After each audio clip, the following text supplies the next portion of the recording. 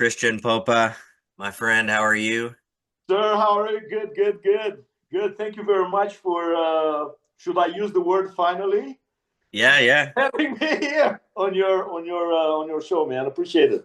Well, we have a lot to get into. You obviously on Facebook have a really awesome Facebook page called the Loft Gazette, which is all about pigeons all around the world. People uh, can post on there their accomplishments or articles or videos or whatever. It's just a community for pigeon fanciers that love pigeons, and it's really fun to see how that's grown. You know, you started it just a few, I think 2 years ago or so now, maybe.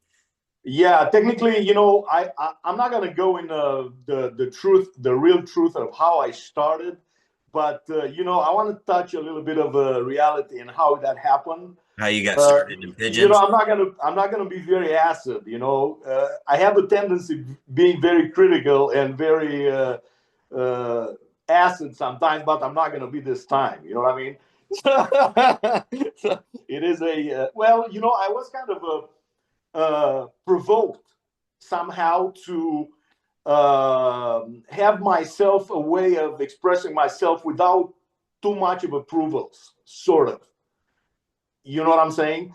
In the sport of racing pigeons, probably this is all over the world. You have some people that kind of keep the show running, and this is general, all over the place, all over the world, in Romania, in Europe, in United States, in Arizona, etc., right? So uh, after a few disputes, with a few guys around here, I decide that that this is the best way to express myself, not only myself, but to give a chance to others. They want to do it freely, without any type of approvals and without fear that, oh, if you say something, we're going to ban you, we're going to take you off, you're not going to do this, you're not going to do that. So I actually, so the whole idea of doing this was to create free speech in racing pigeons and frustrations and disagreements and etc. Yeah, and it's called the Loft Gazette for people that It's, want to join. yes, it's called the Loft Gazette. We have already 11,000 plus followers international wise. No, right, right. I'm going to mention one of the first ones they joined. So when I created this page um, a couple of years ago, right? That was a couple of years ago. I invited especially my friends at the club. I was because this is how I started. I started small, in the small numbers. I said I'm going to promote my club. You know what I mean? So I'm going to do the best I can to show everyone who are these people, what they do, etc. Plus, I have friends in Belgium, so we can, and Romania, in order to kind of flip between us, ideas and friendships and stuff like that. 'Cause racing pigeons is all about that. It's a Right, social sport that involves a lot of people, you right. know. So this is what I did. So I created the page and I start uh, a small, I actually say, hey, you know what? If you want to sell pigeons, not necessarily, so it's a free deal. It's not. I'm not making any money out of it or anything like that. I just did it for people to have a good time, and so people join, and seems to me like it's like becoming really nice. Like Yeah, 11,000 people. It's not. It is something. no, it is absolutely. And Yeah. I want to get into the Loft Gazette a little bit more, but I want to say this. I got a call many years ago, over 10 years ago now, I think. I got a Right. call from somebody and they said, "Hey, I found this pigeon. I don't have pigeons. I found a lost pigeon. Here's the band number." So of course, I call the AU and I say, "Here's the band number. Can you tell me who this bird belongs to?" And they said, "Oh, it's a guy named Christian Popa in Arizona, near Phoenix." So they send me your number. I write it down and I call you and I say, "Hey, my name's Jeff Lamberton. so and so says they have one of your birds. Right. You said, this is crazy. I'm watching one of your videos right now, and you know, you just so happen to be watching it as I called you, and Right, right. And I can tell you exactly where I was and what I was coming from, my friend. This is unbelievable. I mean, to be honest with you, it was like a God work, you know what I mean? Sort of, you know, because it's been like what, 13, 14 years ago? It's been a yeah, long time. long time, yeah. And I was coming from Billings, Montana, heading into Idaho when actually you called. You know what I mean?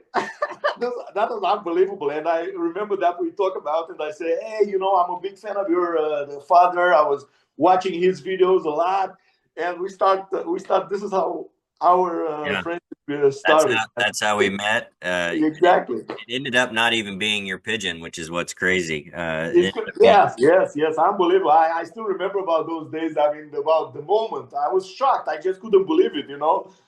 yeah, it's pretty crazy. So, you live just outside of Phoenix in Arizona, That's right. but you were born in Romania. Yes, I was born in Eastern Europe, in Romania. I was born in a big town. It's called Iași. Iași. It is a university city, big town with a lot of culture and a lot of. My parents were in a university when I was born. They were in. My dad is a doctor. Was in medicine school, and my mother, foreign language teacher. She uh, how you say it? She teach kids in high school to speak French. You know, Okay. right? So I was born in Ash, and then right after my mother received after the college, you received the back. We're talking about the communist era. We're talking about something that might probably not very familiar to your general audience. You know what I mean?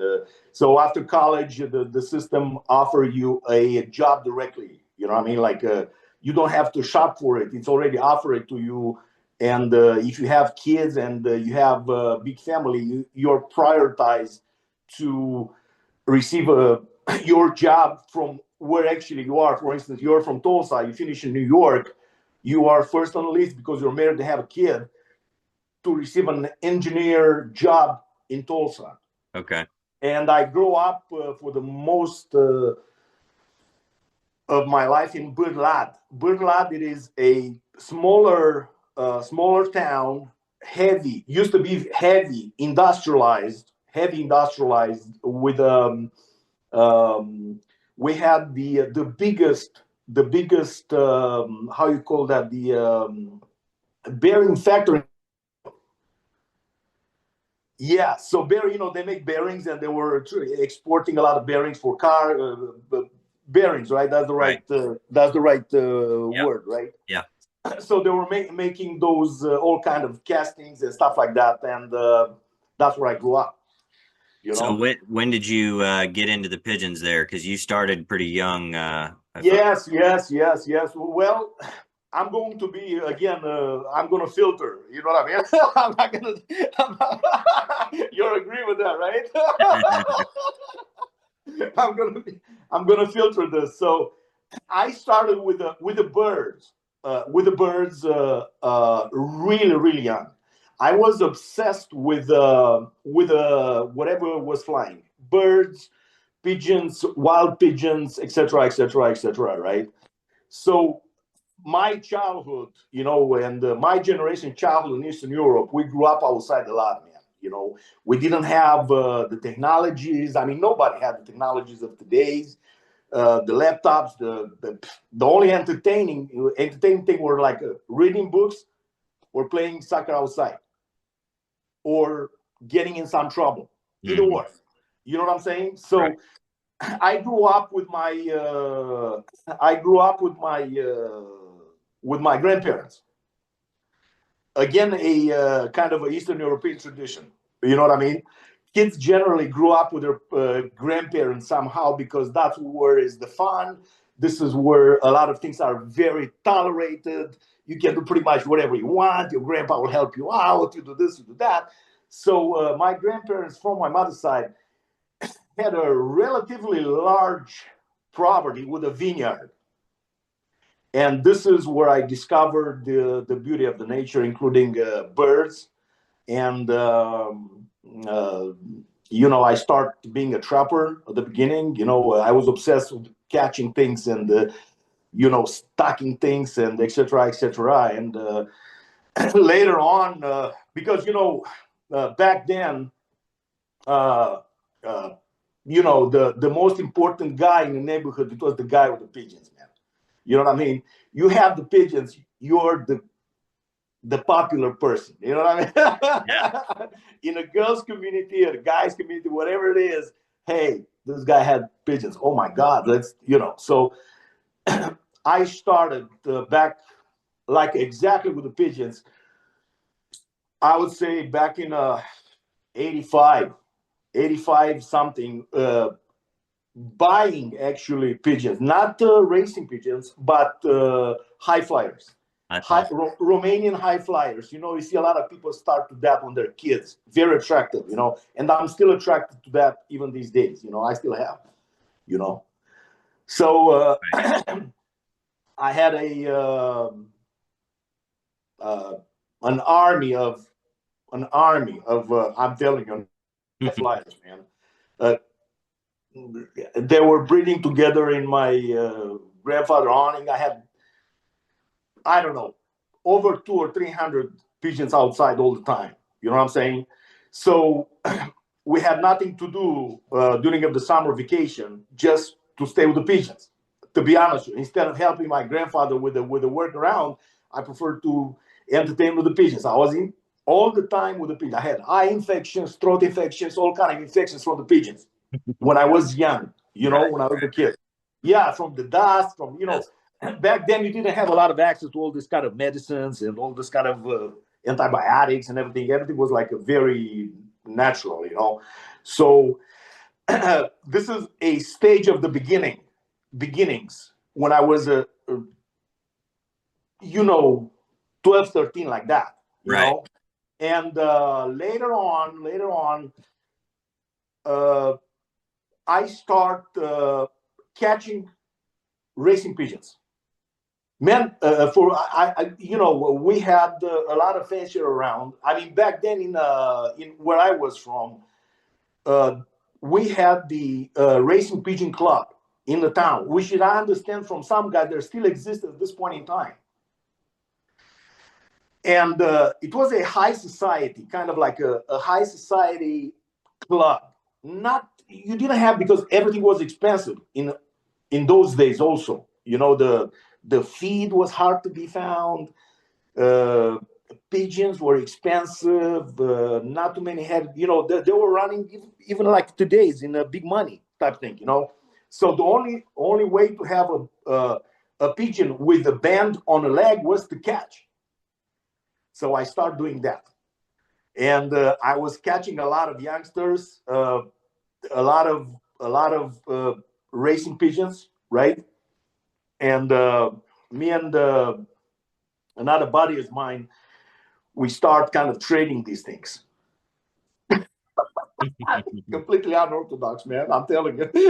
People don't like what I say, but it's the truth and the only truth. I mean, I have to tell you the truth, brother. You know what I'm saying? Right. Right. So this is how I kind of started, and Yeah. we started doing this and breeding those and selling those, and this is how I. That's how you got into the racing pigeon side of things. Well, yeah, actually, to be honest, yeah, sort of correct. Did Yeah. you did you compete when you were in Romania? Did you race? No, I didn't. I mean, I compete like with myself. You know what I'm Yeah. saying? Right. Like I told you, back in Romania, so all these things were like 86, 87, 86, 87, 88, and 89. In 1999, in 89, the revolution came in Eastern Europe, right, where the communism and socialism and stuff like that, this kind of start falling apart. So at that time, I was 18 years old, 17, 18 years old, and the regime, the Ceausescu regime at that time, they were taking people's property, kind of. You know what I mean? They do it here in America also. They use that law that, hey, we're going to build a nice apartment here or nice community for the community. Here's some money, get out. So my grandparents were forced. Actually, my grandfather, because my grandmother passed away in '86, so he was pushed to move out. When actually, you probably saw my pictures, me like in my 70, 18 years old with a picture of my mom's balcony. That was the last of the kind of, the remains of the Right. pigeons. Right. Yeah. So uh, not necessarily, but I was involved. I knew people, back then because of the crisis, the feed crisis. It was an unbelievable, back in Romania in those days, it was very hard to find feed, like feed for the pigeons, like grains, like all these type of things, because Ceausescu was exporting everything and nothing was available, you know what I mean? But somehow people managed, and they had the super, super, super, super tough races and marathons and all these things, back then. So when you came over here to America, at what point did you get back into the pigeons? Was that something that you thought about Oh, all I always thought about it. I you mean, wanted to get right into it, or? yeah, yeah, no, no, no, no, no, no. Right after '90s, when all this, I grew up, I started, dating girls and stuff like that, and the early '90s with the new things, and with the Metallica and all these new gigs and stuff, and drinking and stuff like that. I put that on the side. Actually, my mom had. I hope you don't mind. Go ahead. I ask you, my friend. So with all these things, I had to kind of give it up, and I started being a fisherman. I started fishing a lot with my buddies, and we got in something else. But I always, always had my mind. I know it's going to happen one day. I know it's going to. I lived in Michigan for many years. I probably told you. I went to the city because we own a house in Grosse Pointe Park, and they didn't improve it.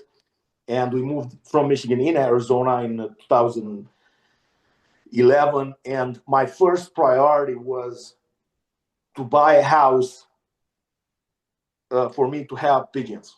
Right. Of course, ex-wife was completely not agree with that, and I said, no, we have to compromise.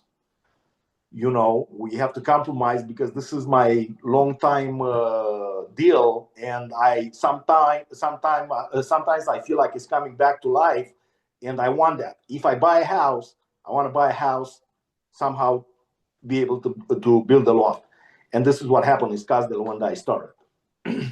Yeah. So at that point, at that point, you started preparing to race again, and Yeah, in Arizona, and so that's right. this leads me to this past weekend. This past weekend, you've already started your old bird. Let's back up. You've already started your old bird series, right? Correct. In Arizona, you guys have the weather to start by now. Here in Tulsa today, it's 30 degrees. Next week is supposed to be, 0 degrees. So it's too Right. early for us to start, but you guys have started there. So last weekend, Friday night, you messaged me a picture. You were at your club basketing your birds. Tell us about the distance and about the race. Yeah, so I'm telling you, yeah. Again, it's a controversy here. My life always was something related to a controversy and something. So what happened? I came back to fly with the federation, with the Arizona Federation, after 2 years of taking a break due to some misunderstandings. Let's put it this way. You know what I mean? And maybe them were part of mine because I have this uh, volcanic, way of being. So some people don't like that. I understand that. I respect that. But so I took a break from it. So I was still with the Arizona, my old club. And I start kind of meditating and thinking. I mean, like, hey, I'm into this game. Even if I don't like certain people, I have to consider this uh, a people sport, right? To be involved with a lot of people, and the best one in order to be worth it. You know what I mean? Because we're talking about time, we're going to talking about money, we're going to talking about this, and that. You know, I'm not retired to be part of a 3-man's club and just have a beer and fly pigeons and oh my God, I won. No, I want to be competitive. You know, at some point. You know, so I decide that even if I'm agreed or disagree with some people who I don't like these people, I still have to be part of the game in a regular way, in a normal way, be part of the federation. So uh, I decide that I'm coming back to the federation, and I was welcomed back. You probably because I wanna touch a few things also. You know, I was welcomed back by my old friend Liz Mendel. You know, we created a club a couple of years ago, and I quit. We got in some conflicts, and I quit. And I said, you know, you can have this. And she kept the club, and she's doing a good job. You know, so I said, you know what, I need a place to fly. You know, with the federation. You know, and she's like, hey, Chris, you know, you're welcome. Just come over here. You know, so I joined the kind of my old club again, you know. And because my relation with Liz and Tito, this is a family, you know, husband and wife, you know. Me and Liz, we get together and have the same ideas and kind of work together into like all this entertainment and organizing things and let's do this. What do you think about this? What do you think about? And we kind of match into this thing, you know, with the pigeons. And I proposed her. I said, you know what, Liz? I mean, because the actual federation voted, everybody was agreed to start an early season because of the weather, you know. But for some reason, they didn't comply with the people's request, and I don't know. You know what I'm saying? And I don't want to be critical about it because I really don't care, you know. But they postponed the actual voted day in a different day, like yesterday, correct? So 1 week delays. Everybody was ready and prepared for this event. Hey, you know, we need to watch the trailer. We don't have this, we don't have that. We have to delay this. Okay, delay, no problem. So I said, why should we delay when we can do something about it? You know what I'm saying? So everybody's ready. We have 400 or 500 birds that want to fly, and everybody's into the game of flying. Why should we do? I said, Liz, listen, I'm going to be home. I'm going to have my pickup truck ready. Let everybody know that we're going to basket a warm-up race, and we're going to organize a warm-up race with 3 clubs. Unlimited, no money. I'm not going to charge you any money, no nothing, you know? So this is what happened. So me and my buddy, Radu Komcha, also a Romanian guy, joined me in this fantastic release. You probably saw it on the Gazette. Right.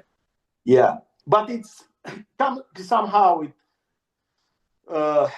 symbolized the unity and the fact that we still have to be together, man. No matter what, you know what I'm saying? You know what I mean? So we did it, and seems to me like had a lot of track, you know.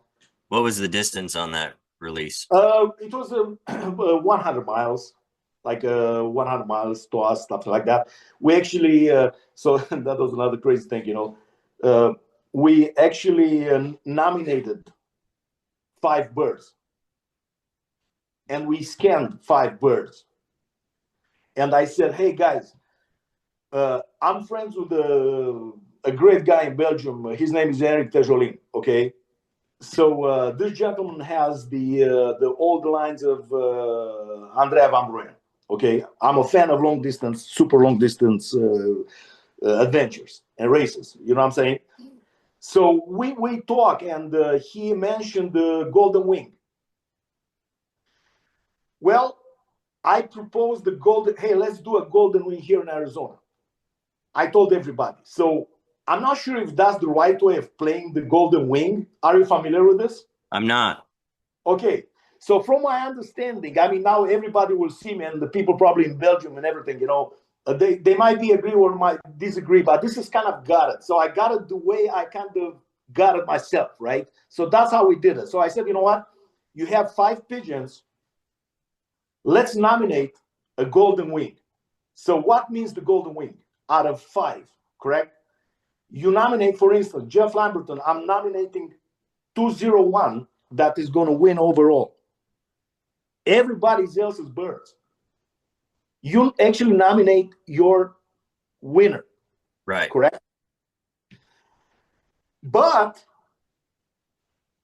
if I have a bird that comes faster than yours, it will automatically disqualify you. It's not the nominated bird out of 5. It is actually the nominated bird out of everybody, including those, you know what I'm saying? The one that participate into it, you know what I mean? Right. So did you get it? Like Yes, yeah. You're nominating, and it's going up against other nominated birds. That's it. So I said, let's do that. Oh my God, people were like interested. I said, yeah, we'll do it. So we organized this, but no, because Liz won first place with different bird and disqualify everybody else. You know what I'm saying? Like everybody's like, oh no, you guys didn't get the right story, man. Well, that makes it more fun, a little more fun and interesting, right? Yeah. To make it more entertaining, because this is all about, man. I mean, if we do not keep this, especially these days when we have Facebook, TikTok, etc., and possibilities. Your channel, for instance, right? The way you do business here, right? If we do not keep this sport entertaining and captivating for everybody, because in this category, you have people, they don't have a lot of money, right? Right. So somehow they have to be entertained. So we have to use here the club levels, forms of entertaining people and not making them quit. That's very important. Very important. Right. Yeah. This is my idea. I don't know if I'm wrong or right, but well, tell us the results from this past weekend. I'm still living the dream, my friend. I'm still living the dream. For the past weekend, so we started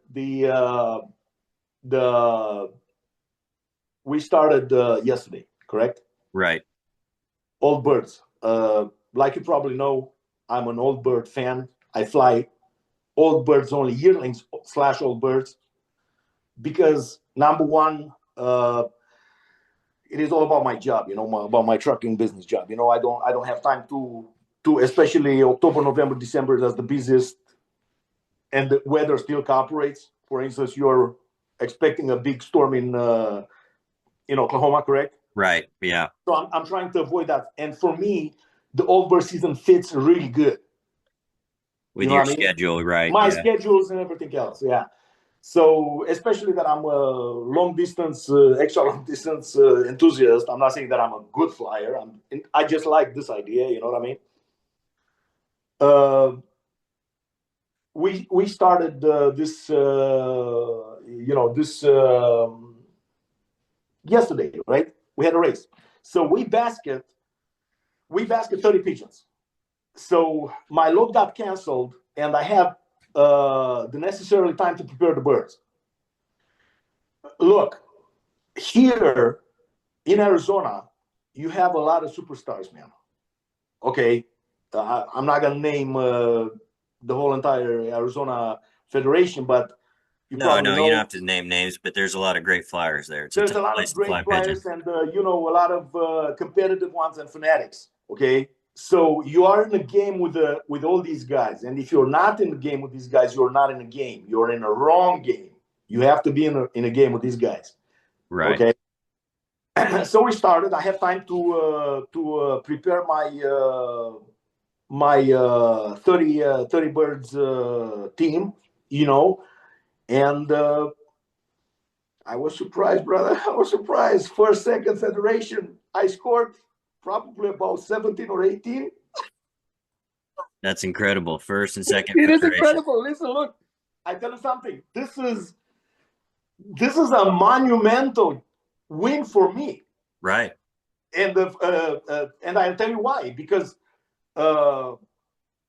Yaka for me is not a game. Is not a good station. For me to win Yaka, usually Yaka, so we schedule the Northwestern sports in a way to be favorable for everybody somehow. You know, you guys have your game this time, we're gonna have our game this time, etc., etc. You know, and Yaka, it's a design station for the east side. I'm on the west side, so east side should win this all the time. But like you probably know, who dictates the results? The Most wind. of the time, the wind, right? Wind yeah, I mean, we cannot. Hey, if the nature decide that, is what it is, right? We're not gonna change the race just because the wind blows in my favor, right? Is what it is, friends, right? The sun is up, it's beautiful, it's not raining. The bird should be released, not postponed, not do this, not do that. Old practices, you know. So we had a release, almost 600, if I'm not mistaken, five to 600 birds. And what's the Okay, distance for this station? for me, Yes. 121 miles. Okay. You not because I'm first in line, Right. and very critical for me. You know, I never get these things. Always I have over because Right. I have so much drag in towards I-10. Man, it's almost impossible. And I tell you something. Yesterday I made a short video that I presented to my friends and to my friends, Romanian guys. We have about four Romanian guys that we compete each other. Yeah, we've been friends for a long time. So I said, hey, you know what, man? The only thing is missing from this wall is the Yaka. Yaka is missing. I'm talking about only federation wins, first places. I have Carnavari, I have Peacock Mountain, but I don't have Yaka. And I have Carnavari, I have Peacock Mountain, I have Prim, Nevada, 200 miles, my first federation win, but I don't have Yaka. I said, I would really, really, really like to have Yaka. You know what I mean? That's it. That's all that matters for me. Guess what? I win Yaka first, second, man. Well, and for those that follow along on the Loft Gazette, you've seen your training tosses. You put a lot of your training on there. You have your trailer that you have for what we're going to get into here in a bit, which is the 600-mile race. Right. You have your trailer, you take your own birds in, and you've been working really hard at it. And I think Right. your work paid off. So it was. I do. I put a lot of passion, a lot of dedication into this. You cannot. I'm not. I'm not going to touch that subject of being competitive and kicking everybody's ass or something like that. But I really enjoy working with the birds. I really do. Yeah. Yeah, that's So, the best part is the relationship with the birds, and when you're able to put it all together on a day like yesterday on Saturday, when you take first and second like that, it's what we're all looking for in that bond with the birds is that performance. yeah. Right. You know what? And the bond. Remember we had a talk when I came to your house and you showed me your pigeons years ago, right? Mm-hmm. You mentioned this, and your father, your dad, is always talking about the bond with the birds and stuff like that. And we talk about the way you're interacting and stuff like that. And it's like you're staying in my mind all the time. But you see, I don't have this kind of time to do every day to make this consistent. So I do these when I can, but I do it, you know, Mm-hmm. on the daily basis for Right. hours and hours. You know what I mean? So I use I mean, this is not. I'm flying natural. When I say natural, not natural off the perch. Some people understand natural from the perch. No, I do not fly off the perch. I fly off the box. I have 30 boxes in my racing team where I'm competing from, right? Where 30 pigeons stays, maybe more. They're gonna stay together there for an extended period of time. Pretty much, I select my flying team right after the season is over, and they're gonna stay there. They're gonna spend their time and everything together in that location. And I use uh, tactics. You know, that's why, you know, the sport of racing pigeons, because you're the trainer, and like any trainer, use tactics, the last moment tactics to motivate the birds. I am a hardcore believer in motivation. Right. No question about, man. You don't have a motivated pigeon, they're not gonna fly right, man. I'm telling you. I understand these one loft events. I'm okay with that, no problems.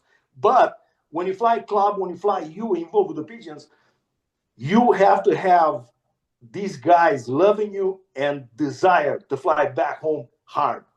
Right. Yeah, And I use, yeah, the difference between just flying home and racing home. You think that motivation gives them that spark to get home much quicker, break away from the pack, be confident. exactly. And I'm a firm believer that like I told one of my buddies today, uh, how I do this, I do it in the stages. Uh, I let you guys knows what's going to happen. I give you all these changes of tactics. I do not motivate a right from the in the last moment. I'm using a tactic 3-4 days, different type of things. Not necessarily one type one. Like with the hood, we show them at this specific time. No, because mine live together. Right. So I move accordingly with their position on the nest. You know what I'm saying? Right. Sometimes you have one hen with one egg, and the second one comes up. So I kind of position and trying to aggravate this the desire in the last 10 hours. For instance, in the basket, for instance, Friday, I have a way of doing uh, a procedure that will drive them crazy. No medication. I mean, no medication. No whatever honey. I use honey. I use brown sugar to give them a little bit of boost. I'm checking their health. Of course, they have to be healthy. I mean, And this is what I do. And this is what happened. But it didn't happen only one time, man. It happened many times. You know what I'm saying? So Right. When more you're likely it's working for me. I said, Yeah, when you're you know. able to be there to train, to take care of them and everything, Yeah, the hard work and definitely plus pays off. same training. I'm not a hardcore trainer like you are a hardcore trainer. You train specifically, and you take care of that. You take them from 5 to whatever, and no, I don't do that. I don't do that because mine are already grown. You know what I'm saying? So mine are yearlings already, so I can push them further. Right. So, for instance, I start at 10 miles out of nowhere, and if I see that there's good performance and desire, I have no problem to start at 35 to 40 miles just right away. I swear to God. And look, I start with 38, and I still have 35. And so you're starting them road training then, or you're saying they're already been kind of gradually road trained, or is this their first toss or Yeah, so this is what I do here because, like I repeat, because of my job and the fact that I'm always gone. I hear these guys that they don't have time, but what about me that I'm gone all the time? Sometimes I'm in right? Oklahoma, sometimes I'm in who knows where. You know what I mean? And uh, so what I do, especially because of the weather in Arizona, right? The weather is like this, really bad over summer, hardcore, like a really bad, like a 45 against 49, like really hot. So what I do, they go through a process. The youngsters go through a process of being accommodated with what's going on here weather-wise. You know what I'm saying? I do not force them into medications or unnecessary things. I just let them be the way they are. Okay. I feed them right. I give them water, blah, blah, blah. A little bit of here, a little bit of there, a little bit of canker, a little bit of coccidiosis. I keep this under control, correct? But I do not hardcore medicate them. I vaccinate them, but do this medication, do this. Right. Make sure they fly good. I mean, the patient tells you if they can or if they cannot, or you have to do something about it. You know what I mean? So I leave them in this stage of accommodation. Uh, I let them go through molding by themselves. Uh, my friend, by yourselves. I have my lofted design in such a way that the young birds, they stay in a big loft where they can fly and enjoy and be by themselves, you know. Let them go through the molding, and when the temperature goes down, like when the young bird season begins, right? I start taking them on the road when I have time, Right. not when they want it. When I have time, my friend, you know. You're not in a rush. You're not in a hurry because you're not racing young birds. So you just need to get them through the molt and kind of gradually, slowly get them down Yeah, the road. Okay, yeah, I get what you're yeah. saying. Some of these pigeons they don't make it because of the, and automatically you have a selection right there. Right. You know what I mean? And the best will remain, and the best will compete. And what I do, because I always have 3, 2, and 1 year olds. I save the birds.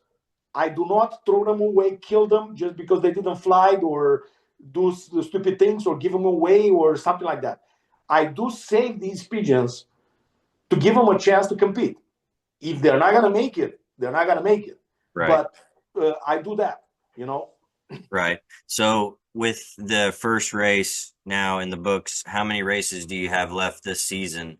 Oh, there are many races, man. I mean, hopefully that I'm going to make it next week. We have another 150, so we have two 150s, two 200s, one 300, 350, one 4, one 5. I'm talking about Federation.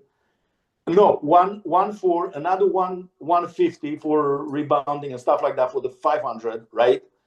And 5 and 6. And you love long distance. You and I talk about Barcelona a lot, and I do. you really study it and pay attention to it. You're adding some more Barcelona blood to I your did. program I from did. Europe. And so this year, are you looking forward to the long distance races? Are you going to be setting the birds up for that, do you think? Look, Jeff, my passion for long distance extra and mega long distance races is in my blood. Okay, I where I come from Romania, from this part of the region called Moldavia, right? Not Republic of Moldova, Moldova of Romania. Okay. Okay, in that part of the, from the south all the way to the north, they're the kings of all marathons, man. Those people in those regions, they don't necessarily get crazy about the shorter ones. They fly marathons, hardcore marathons. And probably somehow, because my associations with these guys, there's always, you know what I mean? It sits in my DNA. And I'm really, really excited about these super long distance, super long distance flights.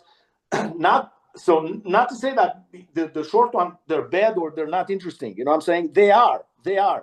But from my perspective, from my personal perspective, the pleasure and the adrenaline grows higher and lasts longer.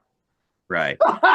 Especially the win. I mean, if you win, you know what I mean? I mean, Yeah. it's crazy. You get Yeah. paid to sell. There's nothing wrong with that at all. Everybody has a distance they prefer. Everyone has a race that's their kind of race. And so that's why I bring Absolutely. it up, is I know how much you love the extreme long distance, the Barcelona, I the do. 500, the 600-mile races are some Yes. of your favorite stuff. So are you going to be racing those this year in Old Birds?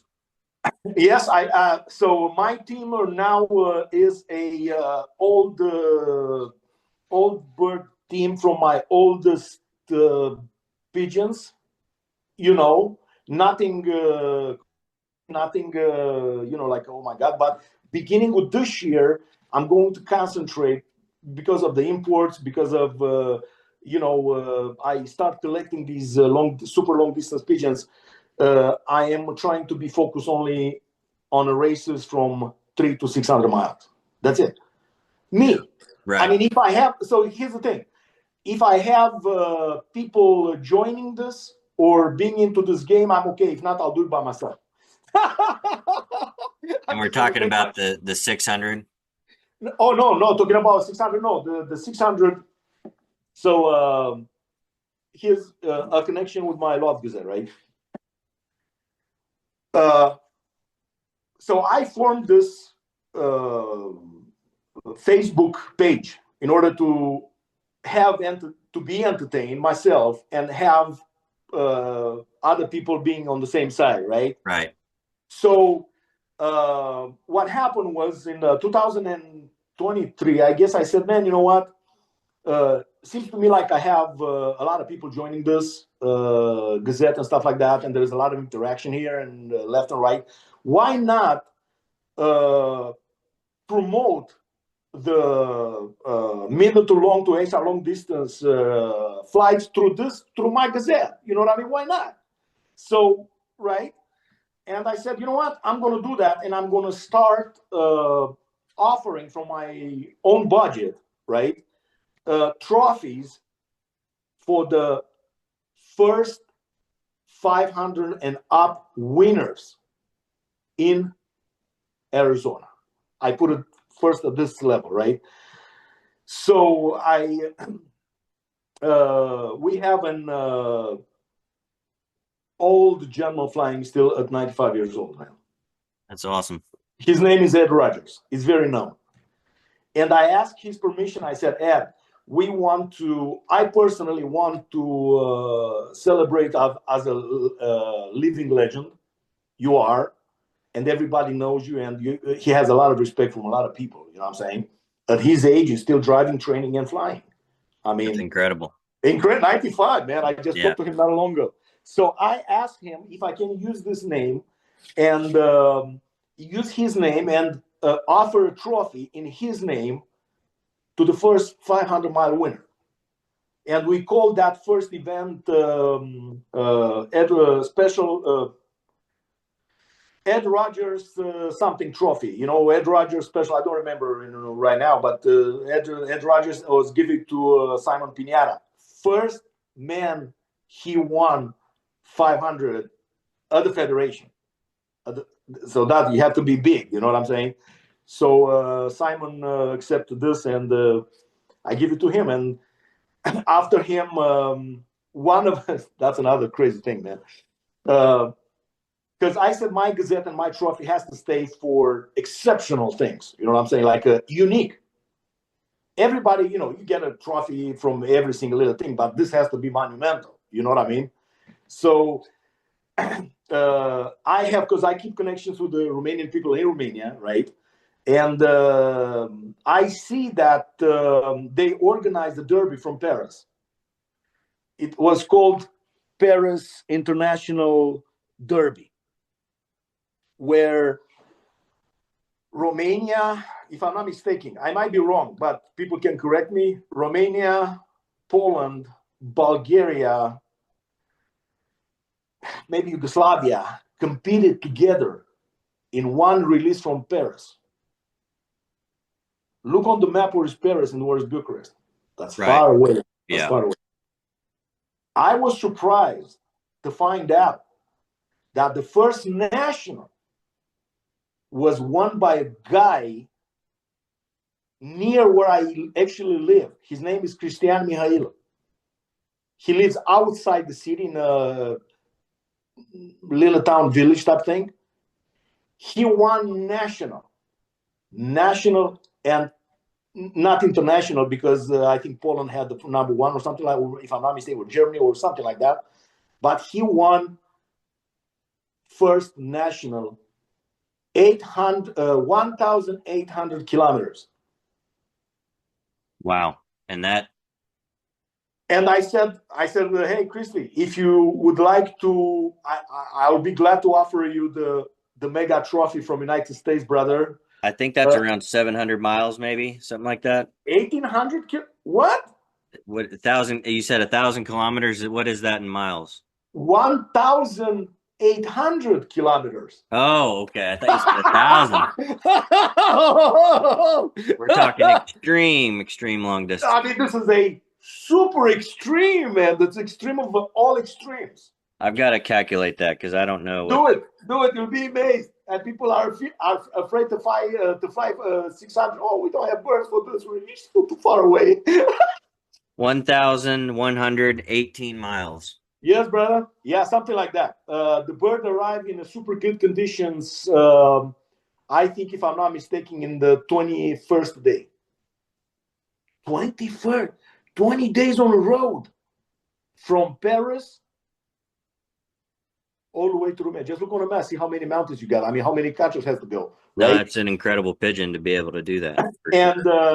And I have that was one of the super great events that I mean I was blown. And we have I probably told you about Mr. Moldovan, Mm-hmm. the Yep. young guy, Yep. the super guy. He represents Romania as a youth ambassador for Romania. You know, because you know that you travel to Europe many times, so they have big Olympiads and all those Right. kind of things, and big ceremonies and the parties where celebrities offer trophies, and I mean monumental. And I asked him, I said, Radu, would you honor this man with this trophy from me, brother? Can you do that? He said, man, I'll do it. Of course I will. I will. I will. I will. And I said, it will be representative because you also are a very young guy and a super champion for his age and everything else. Yeah, I mean, he absolutely. flies really, really good, you know. Of course, I mean, he's held by his father and everything else, but the guy has a passion and knows pigeons really good, you know. So I asked him to do that, you know, to to honor this man, and he did. You know, I was very proud. I mean, I swear to God, I was. I mean, shipping for that trophy was about $300, man. The only shipping, not the trophy himself. Nice piece of metal, you know what I mean, piece of plastic, whatever it was. You know? No, But and I think one of the big takeaways from talking to you that I think, you know, we need more of this in the sport of giving. And, you know, you're giving your time with the Loft yes, Gazette and building a community. You're making these trophies out of your own budget. You know, these are the type of things we need to have more of of around the course, racing pigeon sport, not only in the U.S. but everywhere. It's not a yeah, problem just yeah, here, but in yeah, every country. yeah. Let's get into your 600-mile trailer that you have and your vision with the 600-mile race. Yes, yes, yes. My vision for 600-mile race was a long time vision, brother. Long time vision, and everything was more than 600 miles. You know what I mean? The desire of people who hold the politics around. Everybody has. You know, this is funny, so I'm gonna make a joke here. Uh, as a pigeon fancier, you are the incorporation of many jobs in the world and many scientists. You are the vet. You are the the businessman. You are the etc. etc. etc. Right? So this is amazing. And my vision was to do that for a long time. Long time I was thinking about, and of course, the politics. Of course, Pishin people are very good at politics. You know what I'm saying? This is known all over the world. Very good politicians, in a sense. You know, they, you know, and lobbyists and stuff like that. And you know, I mean, I'm talking about pigeon sport. You know, Right.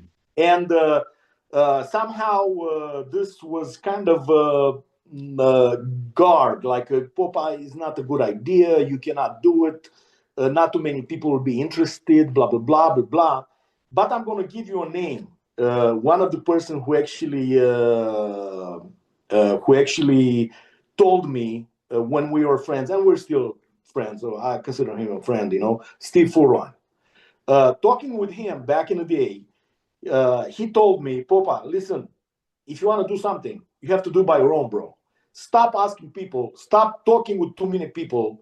I know you like to talk. You like to eat a lot of crap and stuff. If you really have a dream, do it by your own. Ask people to join, and you'll find out if you're successful or not.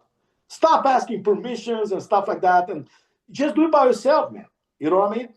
And I start calculating a little bit, and I said, man, you know, I think I can do it.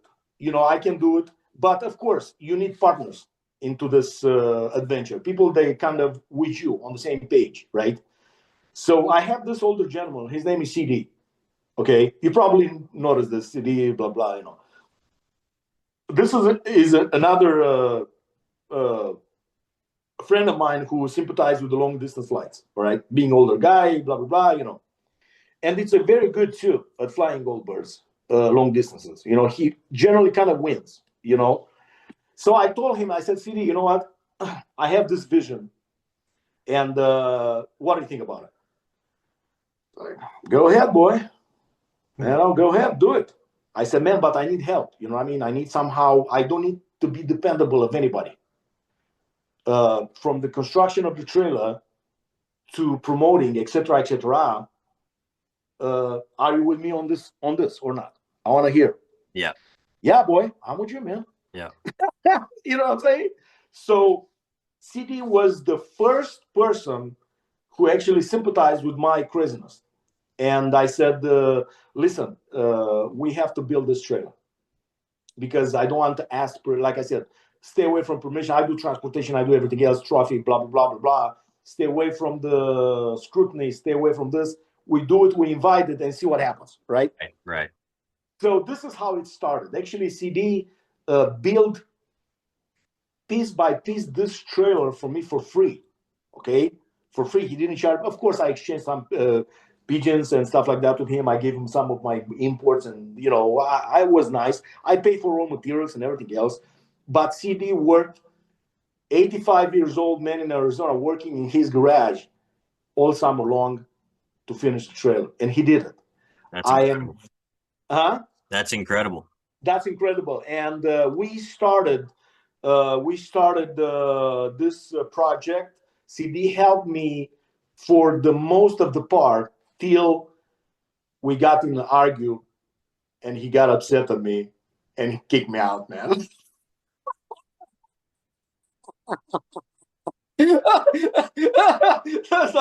the thing. Everything ran smooth. Of course, like it's a big gap difference. He's 85. I'm 52, right? Right. And of course, sometimes I probably lose my respect and stuff like that. And the conversation of the pigeons get into some shitty conversation. And this man got offended for a few things that I told him, but they were not with a bad intention. You know what I'm saying? I didn't say things to humiliate him or something like that. I just say things from my own ideas and stuff like that. And he kind of got offended on that. And he said that he's not going to be involved into it. And actually, Arizona Invitational won't be involved. He kind of took it at the club level because you need a club to host. Oh, okay. Right. So automatically, I called Liz and I said, hey, I have this idea and I want to. I said, Popa, oh, hell, man, coming over here, we'll do it. So it is a complete cooperation between I don't want to use myself, you know what I mean? The Loft Gazette publication and the United Flyer UFO, United Flyer, organization, the Liz's Club. And she actually started working and she did the whole entire talking because she's bilingual. She speaks Spanish and English very well. I mean, and she was able to energize a lot of people and to be in, and we'll do it. I'm not sure how successful it's going to be, but hell, we at least try. No, I think that's great that you're doing that. You're taking your time and energy to make it happen. And I think what could be really great about it, we have what we call the Texas Open here in my area, where we release in a place called Jacksonville, Arkansas. For me, it's about 250 miles, but lofts in Texas, Oklahoma, Louisiana. I think this year some lofts in Tennessee are going to join us, but it's a big group release.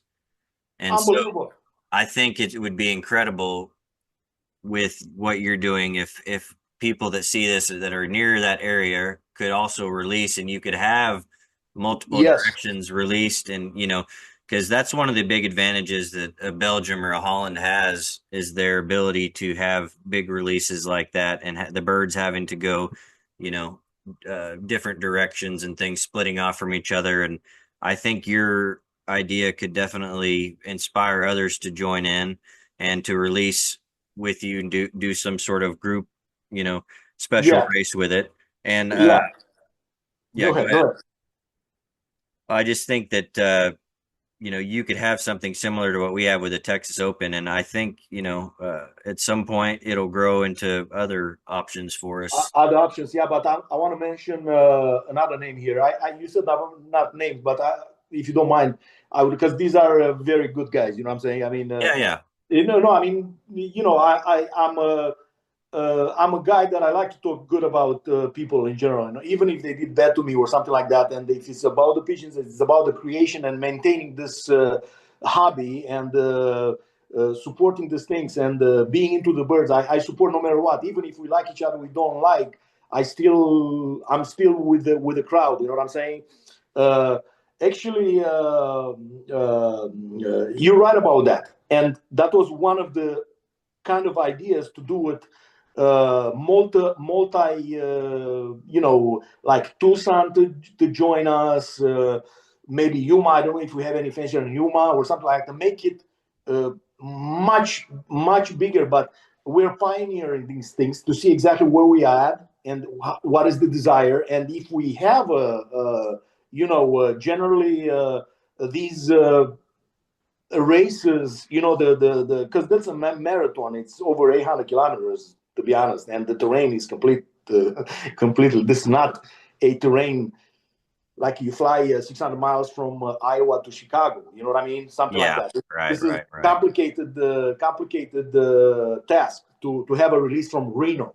I mean, to look on the map to see, because I did a lot of loads from Phoenix to Reno back and forth, and I go through all these stations and I look. This is diversity, man. There's Death Valley. They have to go through Death Valley. They have to go to Vegas.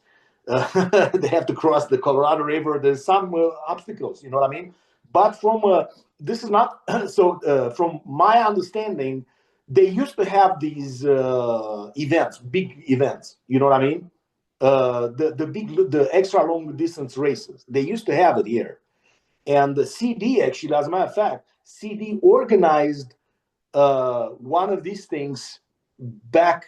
That's why it was one of the reasons that I called him to join me, because CD Special was pretty much his race of 600 Reno.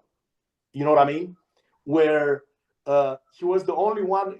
He actually won his own race, man. You know what I mean? The man, it was funny. A lot of promises that we're going to participate, but from my understanding, he had about 40 to 50 pigeons into that race, and they had day birds, bro, from 600. Yeah, It's amazing. I mean, yeah, it's not impossible, yeah. you know. And going back to because I said that I'm talking too much and I lose the track of the story. Uh, Mr. Dushan Smetana.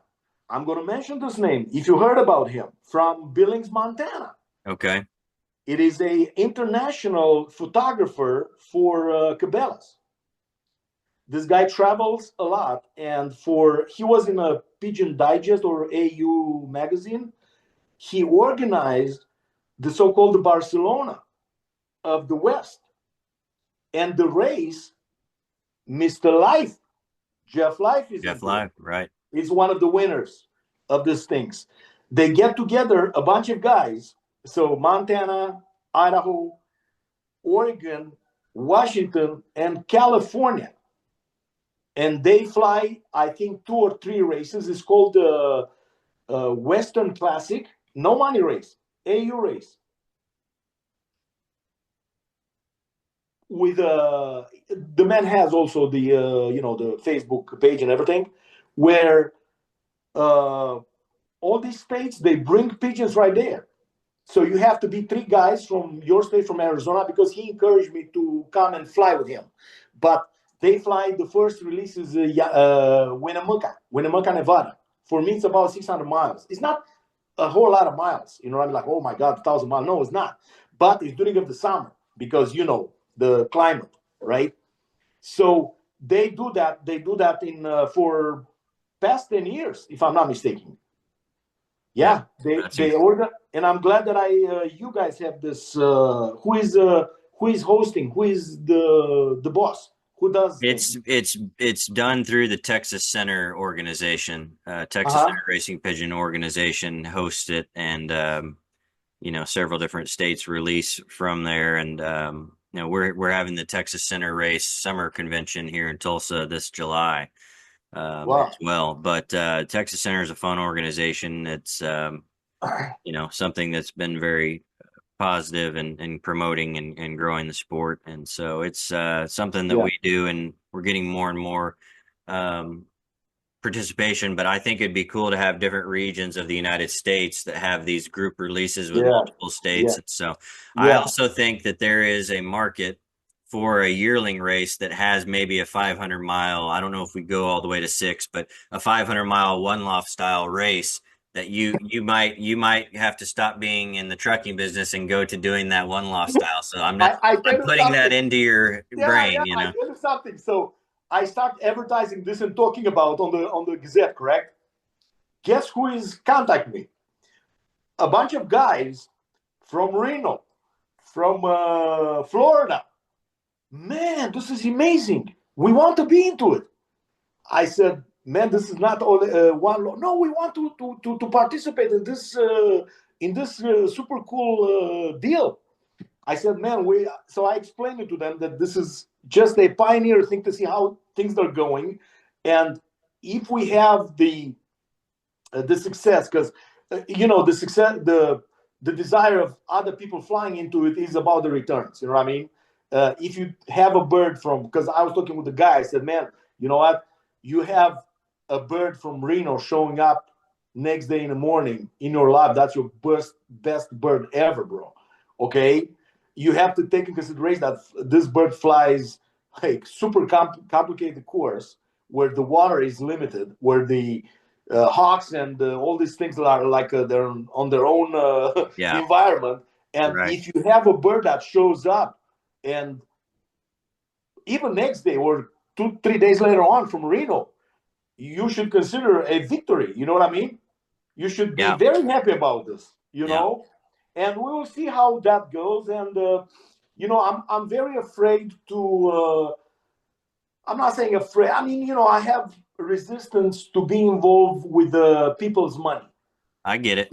You know what I'm saying? Yeah. Because when you get when you take this responsibility of people's money, you have a lot of overhang. You know what I'm saying? Yeah. People Yeah. won't be happy. There's I, always you I know think that. you have the right idea, though, to take it step by step, little by little, just to kind of make sure that your ideas and the course works. And, it could be a situation where, you have several people in the area, will take on some birds from these guys that want to participate. And maybe there's no entry fee, there's no perch fee or anything, but they just want to be involved with some long distance. So there's many ways it can go, It but is. I That's right. think it's really interesting, and I wanted to bring that up. So I appreciate you telling us about that. And so, if people want to learn more, they want to see your What's going posts, on?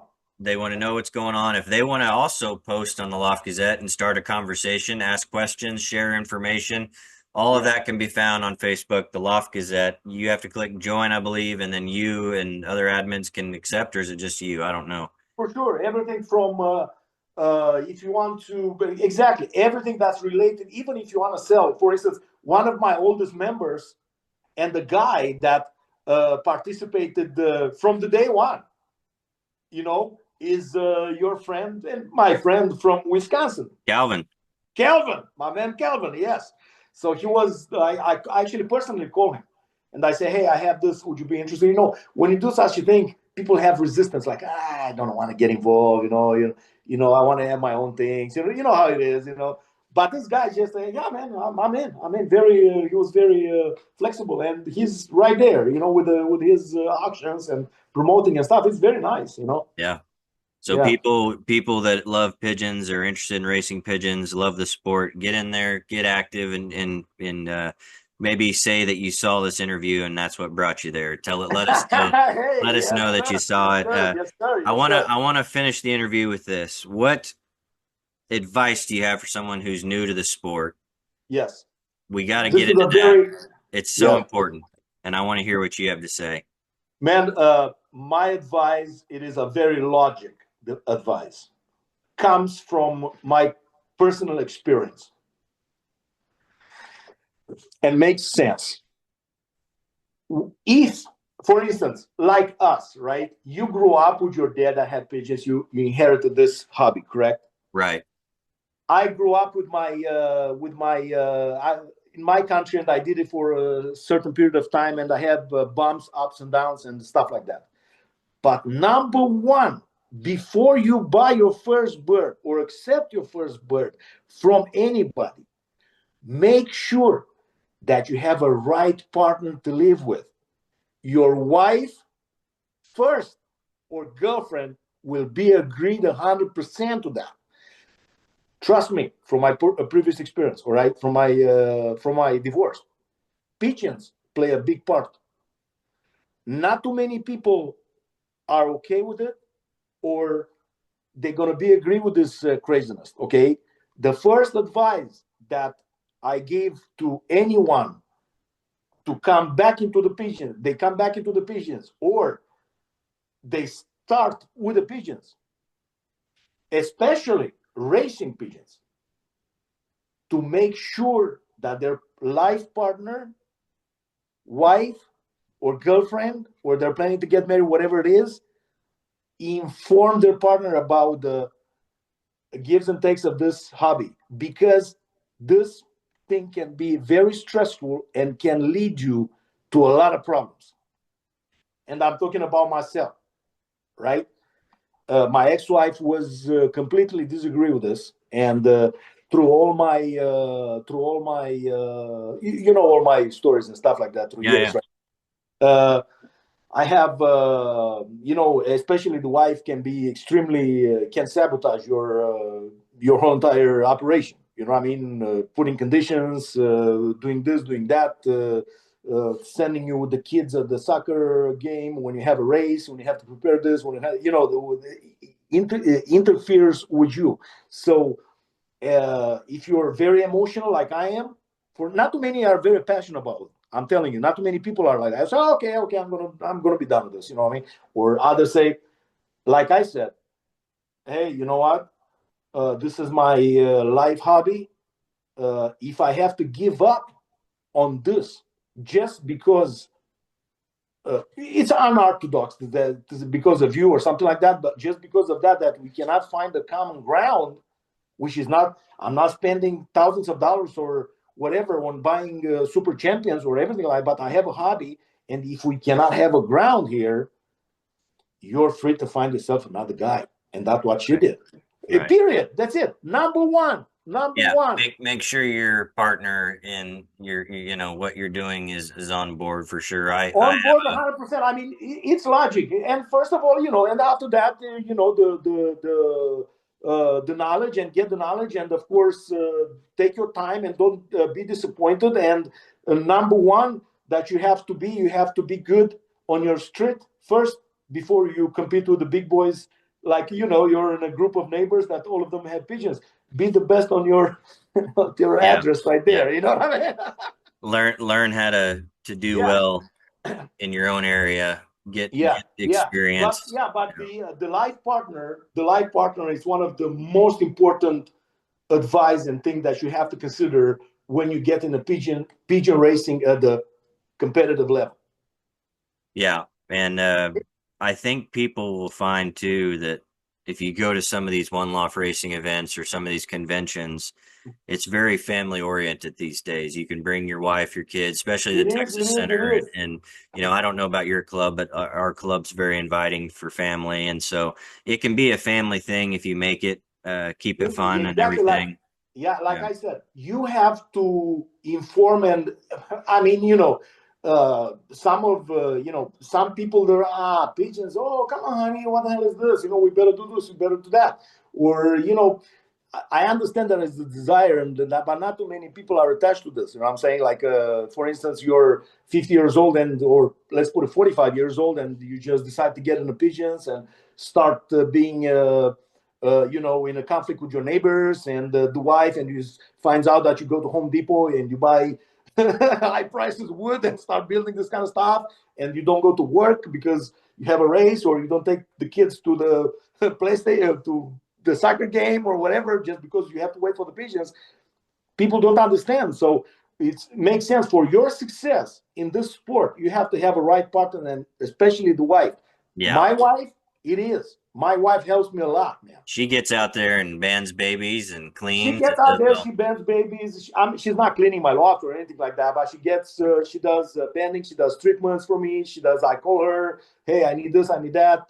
Please do that. Make sure this is functional, and this is a big help, especially for my Yeah, with your operation. schedule, with your Yeah, busy yeah, guy yeah, out, yeah. out of town and everything. That's yeah. Well, I that's want to awesome. I want to say something if you don't mind. Go ahead. Can I promote something? Can I say something? Sure. And that's in one lot. Uh, Liz and Tito Mendel. These are my friends. I used Liz, and they are going to have a new gig in town, a new derby. Okay, they just start doing this. It's called Copa Derby. It is a small operation of probably 250 to 300 birds. They already promoted this, but a lot of people doing it. But I want to assure you that these guys, they know what they do with the pigeons. Not only I say that, their results on the federation and the short distance races, it is predominant. Well, they do have a nice location to begin with, but Tito, it is a guy from Cuba, and he's into this. Uh, he's the he prepares birds for races. I want to just to let you know that of course I want this. For now I'm first and second, and champion loft whatever, but I want to let you know that these people, Liz and Tito, yesterday had, I'm not exaggerating, about 25 birds in a drop Wow. at once. Yeah. You know what I mean? Yeah. So they lead it's on their records, the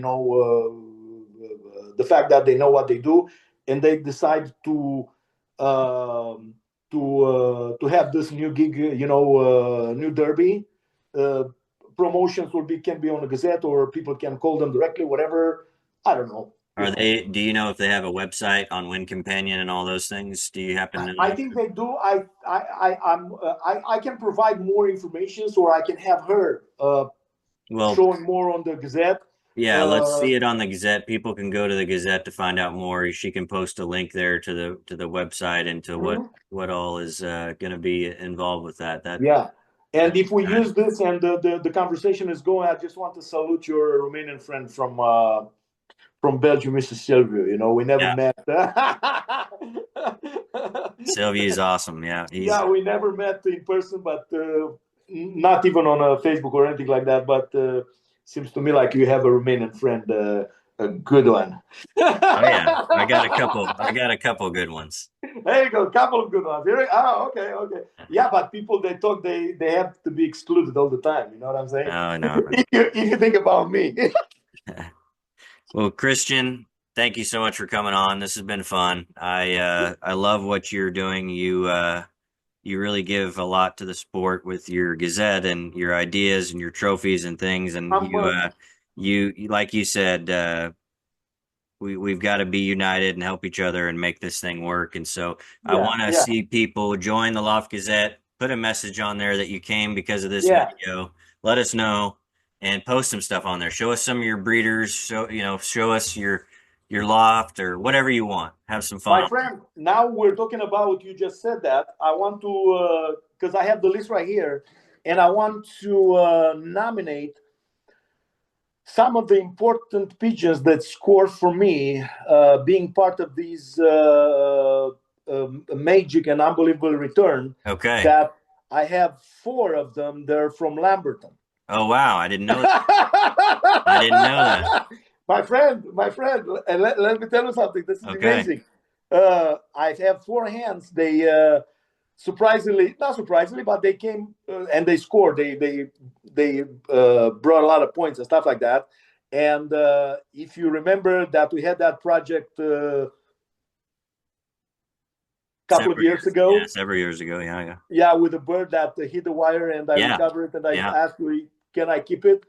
And these hens are directly from that cock, and one of your hands that you put on eye pigeon, and I bought it, and I called you. I said that bird come from me, my friend. That's Remember incredible. So that?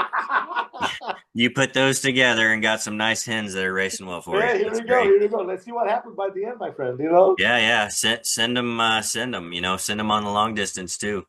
And the old six birds that I got from you, if you remember, years ago, I bought some pigeons for you. Remember that, Yeah, right? yeah, yeah. I gave them to Radu Komsha. It's a very good flyer here that you remember that I had many times that I want to quit. I want to sell the house and stuff like that. Right, right. Yeah, And I give it to him. And I understand that these birds, the products of these birds mixed with others, they do good on the speed for him.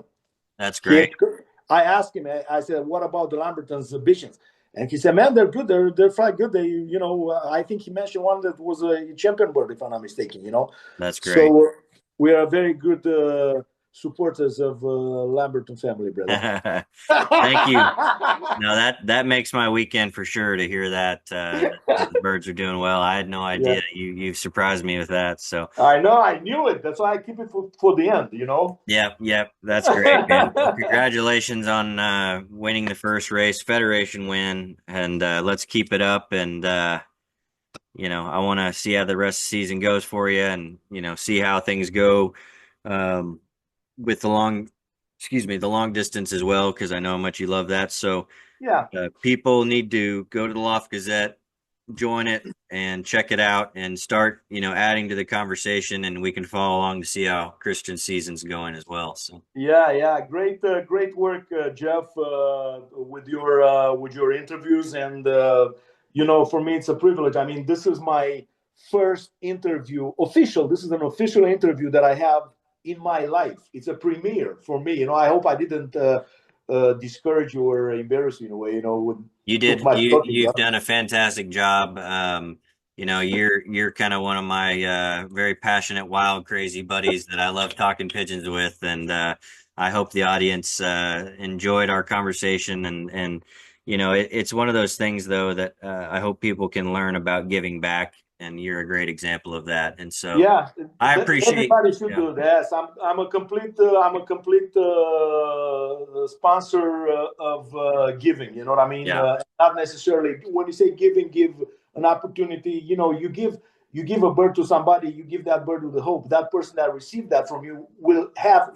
Don't give junks or something, or just give something good to represent you in a way, because this is how I receive my imports. To be honest with you, I gave so. Just to be short, I'll be short. I just cannot mention this name. I have a great respect for one of my fellow Romanian guys. His name is Vasile Badin. It's one of the kings of all kings in Romania. He flies marathon, fond and marathons. The gentleman achieved monumental success. Of course, the rules of the games are completely different than here, but dude, we talk a lot, and he's in his early 70s, and he always advised me, because we talk, and stuff like that, and he always advised me to give, give, give, and yeah, encourage others to do the same, because that's the right, only way to keep the ball rolling. If you keep it for yourself and you're selfish, you kill something into the sport. You know what I mean? You put a pause into it. Try to be more open, because I asked him, hey, because I imported pigeons from him. He offered me a pair of super nice birds for my 50th birthday, along with another gentleman from Belgium, Marianne and Laura Tonosoiu, and Alin Constantin. Few of the bases of my mentors that we talk daily, and so yeah, that's great. I'm amazed. I'm just so happy, and I'm very thankful that you invite me to be part of this impressive channel. Oh, well, thank you, and thank you for saying that. And I have a interview coming up that is, I can't say a name yet because I'm still working on it, but it's someone who can't speak any English. So our interview is going to be written. I wrote him questions. He's going to translate them and write them back to me and translate them in English. And I want people to know that if you are on the Loft Gazette, I'm going to be posting that interview in the Loft Gazette for people to see. The only information I can say without saying any names is he's one of the top international one loft racers in the entire world. So I'm going to put that on the Really? Gazette What nationality soon. is? I can't say anything yet, but it will be Can on I translate it? I don't know if you speak this language. You may not speak this language, so we'll see. So we'll see. Oh, okay, okay, Now okay. this is different. This is different than what you and I have talked about in the past. This is Oh, different. So, oh, absolutely. Yeah, but sure. I would definitely. I mean, it all depends what language is, my friend. You know. there is a young Romanian rising star that we should have on here at some point. And Yeah, I actually told him. His name is Radu Moldovan. Everybody knows about him. He lives in the west side, in the west part of Romania, close to Serbian border. He flies, but in Romania, probably Sylvie told you, there's a bunch of three federations, and right, because of yeah, the geography and stuff like that, and this guy it's a promise personality, because he's very young. I mean, he started was like a and very serious man, mm, young man. He's 16 years old, I guess.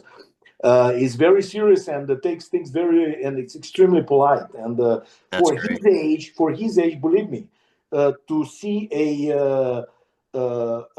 such a character and serious character, you know what I'm saying? It is something unbelievable because the most of the kids of this age they don't know what they're doing and Yeah, yeah, you know how it is, yeah. but he's into it. And I already told him that you're looking for him. He said that he wants to kind of prepare, but you kind of have to touch bases consistently. He's with the school, with all these things. Yeah, But if you want to have him and we can arrange something, that'll be nice. That'll be very nice. yeah, that'd You be know, great. We'll do it. We'll do it in the future for sure. So, for sure. Christian, my friend, thank you so much for coming on. I think the audience is going to enjoy this one, and we'll be watching on the Loft Gazette to get more content from you and see what's going on. So, thank you again Thank for you very coming on. much, Jeff. I appreciate it, and all the best to your family, your dad, and your wife, and the kid, and All the best. let Pigeon lives forever, man. Yeah, that's right. All right, thanks, brother. Take care. All Thank right, you. Thank you. bye Bye bye. bye.